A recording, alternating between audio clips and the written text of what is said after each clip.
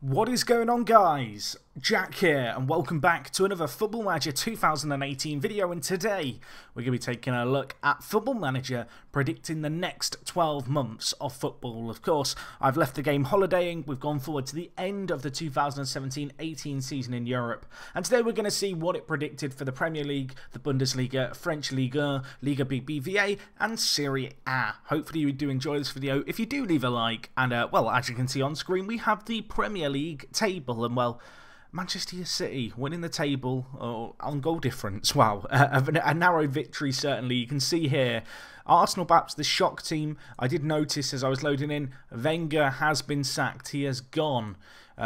Finally, he left at the end of the season, decided he'd had enough. 6th place, their worst finish in a very long time. I think probably in his time at the club, and he decided to hang up his tie, his suit, and well, call it a day. Looking at the table as a whole, you can see Manchester City and Liverpool equal on points, but City winning the league on goal difference. Top goal scorer was Roberto Firmino of Liverpool. You can see here Chris Wood on 17 goals for Burnley actually came second. That's a really impressive performance by him.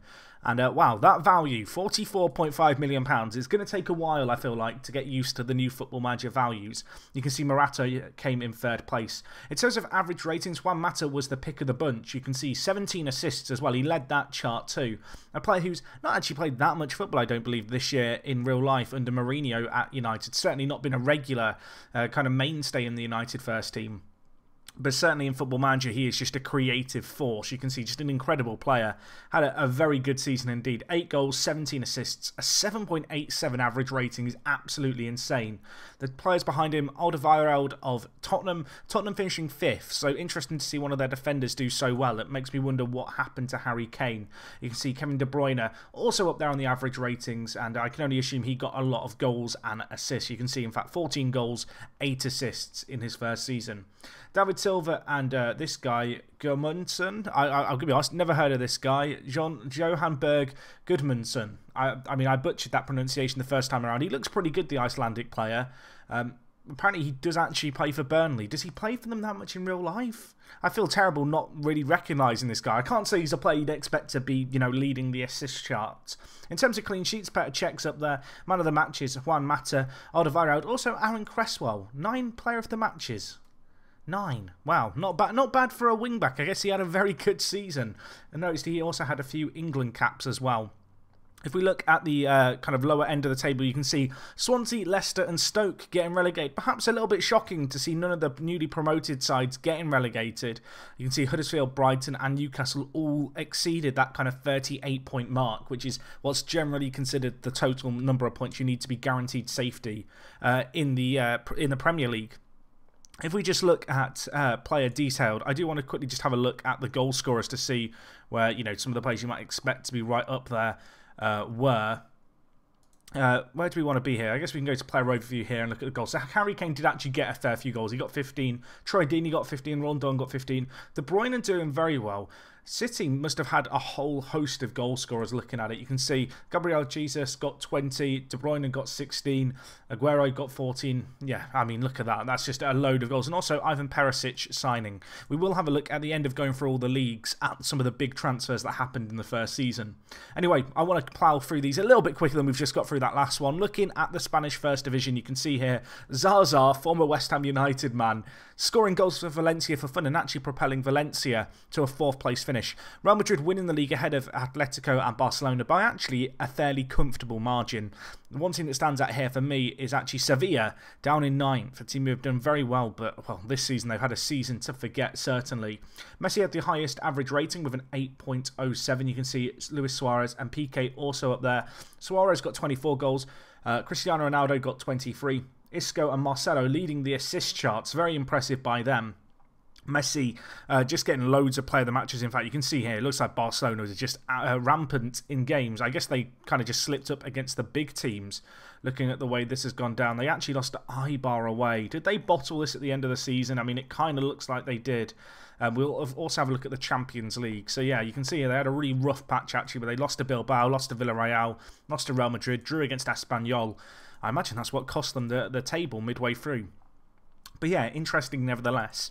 Anyway, taking a look at the Bundesliga, Bremen avoiding relegation via the playoffs. You can see here Bayern Munich winning the league. Leverkusen in second is a very, very big surprise indeed. Dortmund down in sixth. Okay, that is a little odd, isn't it? Certainly. Schalke did well to recover after a poor season last year. Top goal scorer, Angel Correa. I think, yeah, you can see here, on loan. That isn't a loan in real life either. That is a loan that's happened in game. But he scored 19 goals and got 7 player of the matches for Leverkusen. He has been the difference maker that's seen them finish second. Looking at other players playing well, you can see Andre Hahn of Hamburg getting goals. Lewandowski with 16. Naby Keita, 12 assists for him. Red Bull Leipzig finishing third. Fairly standard finish for them, I guess. Of course, Naby Keita going to go on to Liverpool. Average ratings, it looks like Mats Hummels just bossed it. A 7.93 average rating is absolutely insane. Jerome Boateng also doing well. Bayern only actually lost 2 games all season, and just by the fact that their defenders are doing so well, I'm now kind of just curious to quickly have a look at what their goals conceded was. They only conceded 25 goals in 34 games. I was actually thinking that might be a little bit lower considering how good their defence have done. Looking at player of the matches, a few kind of players that we've already seen, Hummels and Correa right up there. Movo of Mavogo of Red Bull Leipzig getting most clean sheets with 15. So Leipzig did pretty well indeed. But yeah, generally speaking, it's fairly standard, I guess, the German First Division, with the exception, I guess you'd say, of Dortmund finishing down in 6th, although they have struggled in recent years in real life, so maybe that isn't all that kind of expected. Anyway, looking at Serie A, Juventus win the league comfortably. Not entirely surprising about that. Worth noting, Inter did keep hold of Icardi this season, and they actually finished 3rd, so that's a very good finish for them. AC Milan finishing 2nd, Napoli in 4th. I wouldn't say there's too many surprises there, really. It's fairly standard.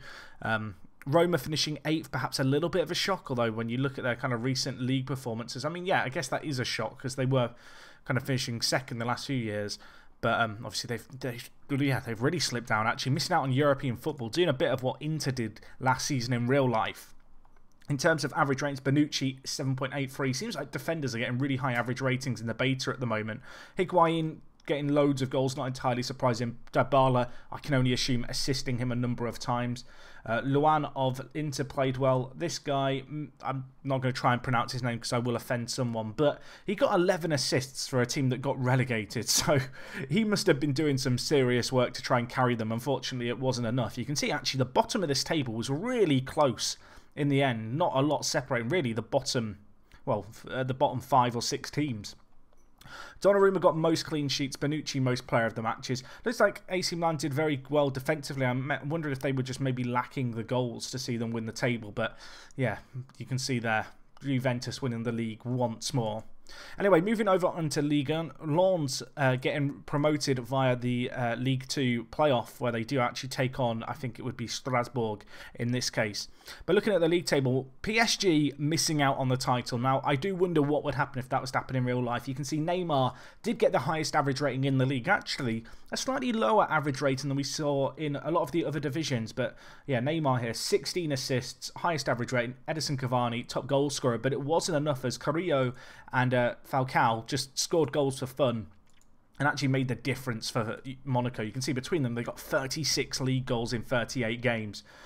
Jorge, the left-back, did very well, actually. Brazilian, got a fairly good average rating. You can see here, Marcus Coco, an unusual player. The 21-year-old looks okay, not exactly standout, but he had a fantastic first season. Neymar showing why he is paid as much as he is on 14 player of the matches. Thiago Maia, a wonder kid who, of course, made the move over to France in recent years. And, well, you can see here, he had a very good first season, played every single game of the season as well. Did very well. Monaco, looking at it, they kept 20 clean sheets, or at least Subasic did, this season, which is more than half of their games they went without conceding, which is really, really impressive indeed. Anyway, we'll have a quick look at the Champions League. I'm trying to think of the best way to get there. I think we'll go via PSG's fixtures. As you can see here, Manchester United beat Juventus in the final 2-0. Where did United finish in the Premier League? I didn't really talk about them. They finished 3rd, so they had an okay season. I say okay. That's very harsh on them. They won the Champions League, Jack. They had a very good season. If we just look at the semi-finals, it was Atletico Madrid and Real Madrid who were knocked out, so both Madrid sides there. How did the English teams get on? Chelsea got hammered by Juventus, Tottenham lost out to Atletico, Barcelona lost to United. It looks like it was very competitive. Looking at the stats here, you can see Higuain was top goal scorer in the competition.